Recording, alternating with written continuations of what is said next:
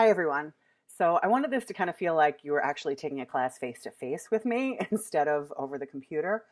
So I apologize. I'm shooting from uh, my iMac camera, which is not the greatest. The color is probably going to get a little bit funky at times, but at least you have sort of a nice background. You can see my backyard through there. But anyway, so I wanted to talk to you about substrates. As we start to work on some of the projects, what is really important is picking the correct substrate depending on the material and the media that you're using. So I'm going to show you some examples of substrates that I use and recommendations for what types of substrates to use depending on how wet or dry the media is that you're using. So I did put a lot of these things on the supply list, and I just wanted to show you some examples of what they look like. So I'm going to start out with what has to be my favorite paper. This is Strathmore Bristol. And I love using this paper because it has a really cool finish on it. It's very smooth.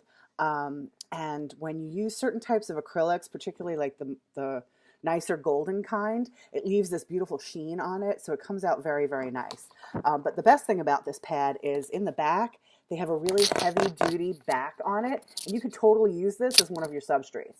Because I listed shirt board or chipboard as a possibility for a substrate, and I have to tell you, this backboard on these pads is awesome for that. Otherwise, you can get shirt board or chipboard just regularly from like Blick or Saks.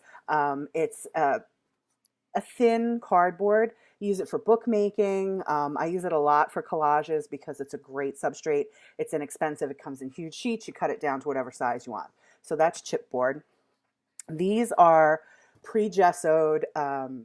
This happens to be burlap, but you can get regular canvas boards. So this is by Artist Loft, a Michaels brand, but you can get any type of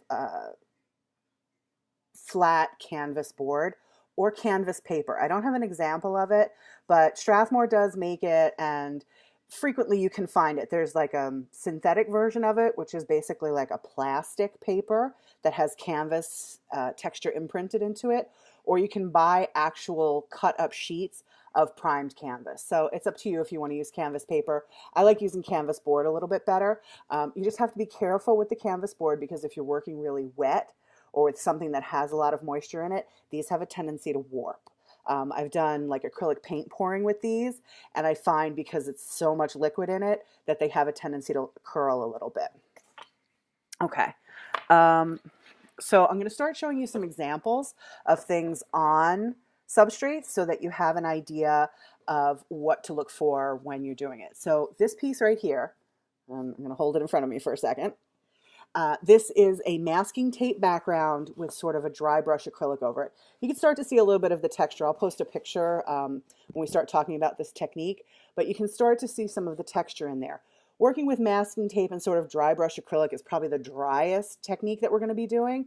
So working on shirt board or cardboard is fine because it's not going to warp, it's not going to get too crazy, and it's a good substrate for that. So for the masking tape background, I would say the chipboard or the shirt board would be fine. This is a collage on chipboard. So this was done with gel medium. So not a super wet type of adhesive or a super wet glue. Oh, I like the way the color just changed because it's nice and blue and green. But this is a collage of paste paper. Used gel medium to adhere it to the chipboard. Okay, the next couple of pieces I'm going to show you are on canvas board. So we're going to do a technique called it's like saran wrap backgrounds. So basically you work with really watered down acrylic or watercolor, and while it's wet you take a sheet of saran wrap and lay it into the wet paint and sort of smush it around and crinkle it up and then let it dry like that. And then once it dries, you peel it off, and what you're left with is this cool funky texture on there. So since it's a fairly wet technique, I'm using a canvas board, or you can use a regular stretched canvas for that. It's not wet enough that it's going to make it buckle, but it's just wet enough that it wouldn't work on the shirt board or the chipboard. This is another technique, which is the Elmer's glue crackle. So this one I also have on a canvas board. You can also use a regular stretched canvas for this, but I wouldn't recommend doing it on the chipboard just because the water content in the Elmer's glue makes the chipboard warp a little bit. I'll hold that up so you can see it a little bit better. This is a really fun one. I love doing this. These are a couple of just finished canvases. So this is a regular, oh, now it's all orange. I don't know what the color's doing on here. If I flip it around to the back, it'll probably shift. So this is a regular stretched canvas, and this is a sort of deli paper and acrylic paint collage on the background. It actually goes like this. I'm holding it upside down. But anyway, so that's on a stretched canvas, which is great fun to work on. Now this is just the regular basic sort of narrow, not really a deep stretched canvas. And then I also have pieces that are done on that sort of gallery wrap canvas, which I prefer for my own artwork, but for kids or, you know, just starting out, it's okay to use the regular stretch canvas. So this is a deep gallery wrapped canvas. You can see how thick it is, but this is another deli paper and acrylic painted paper collage. This is a third one that's on the gallery wrapped canvas. You can see how thick it is. This has multiple layers on it. There's a whole bunch of encyclopedia pages. That was the first layer behind it. And then that background that you see going on, that's one layer of deli paper. And then these are all built up on top of that. So there's probably about 5, maybe 6 layers of deli paper and gel medium on here. But it's also on that very thick back canvas. I like those. These are books made out of the Bristol that I showed you in that yellow pad. So I had larger sheets of it. I think they were 11 by 17. And there's collage on here. There's some magazine pages in there. There's paint on the pages. There's some found object printing on there. Some stencil prints. Okay, so these were half sheets that were bound just with a simple pamphlet stitch.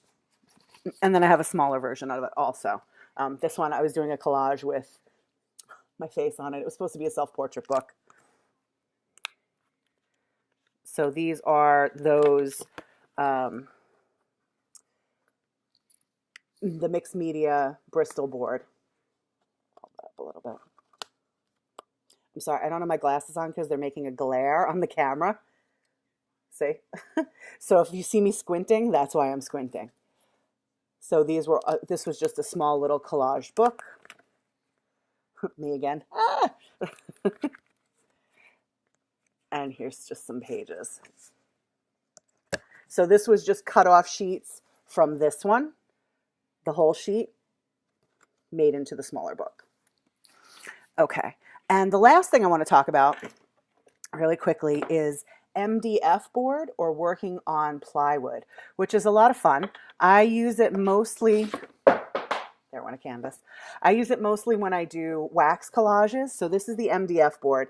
This has a clear layer of just wax over it. I was using this in my demonstration piece, but it's that sort of, I want to say 1/2 inch thick MDF board, which is a great substrate to work on, especially with something that's hot and liquidy like wax. So it's really great. And then this is just a small collage on a piece of plywood. This is a beeswax collage. This is all done with chalk pastel and some stencils and layers of beeswax over it. And then the final thing to talk about is Cradle Board, which is a wooden substrate. It's basically like the gallery wrapped canvas. It's got that sort of thick side to it. Here's what the back looks like. But it's a great surface to work on, especially if you're working really wet. So this was a lot of painting on the Cradle Board itself, and then some printing onto there, some found object printing onto there, and then some layers of deli paper collage on top of it. But it comes out really nice, and because you have that thick edge, it gives you sort of another surface to finish it on. All right, so those are some of the basic substrates that we're going to be working with. I'll make recommendations for each of the projects that we're doing, what I think would be the best substrate for you to use, but feel free to experiment around and see what works for you and use what you have on hand. You know, if all you have is watercolor paper or the Bristol, use that for everything. That's fine. But some of them do work or have a tendency to work better on certain backgrounds. All right. Again, if you have any questions, we'll leave the message board open for this. and I look forward to showing you all the really cool stuff that we're going to create.